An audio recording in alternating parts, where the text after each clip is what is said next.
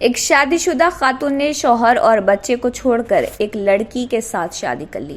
ان دونوں کے درمیان پہلے سے ہی تعلقات بتائے گئے ہیں۔ یہ عجیب و غریب واقعہ ریاست تلنگانہ میں پیش آیا۔ 3 سال قبل نلگنڈا ضلع سے تعلق رکھنے والی خاتون اور میدک کی رہنے والی دوسری لڑکی حیدرآباد کے ایک ہاسٹل میں ایک ساتھ ایک کمرے میں رہتے تھے۔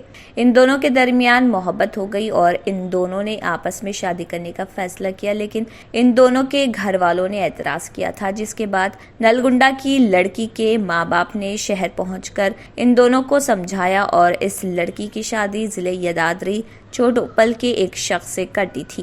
اس دوران اس نے ایک بیٹے کو جنم دیا۔ اس دوران شوہر بیوی کے درمیان جھگڑے ہو رہے تھے۔ وہ پہلے اپنے مائکے آ گئی اور وہاں سے ایک ہفتہ قبل گھر والوں کو اطلاع دیے بغیر اپنی پرانی سہیلی کے پاس واپس لوٹ گئی، جس کے ساتھ ہی اس نے سابق میں شادی کا فیصلہ کیا تھا۔ شادی شدہ خاتون کی گمشدگی کی شکایت پولیس اسٹیشن میں درج کروائی گئی اور تحقیقات کے دوران پولیس کو اس بات کا پتہ چلا۔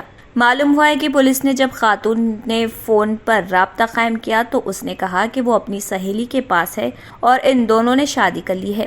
پولیس ان کی کاؤنسلنگ کر رہی ہے، تاہم پولیس نے اس سلسلے میں تفصیلات نہیں بتائی۔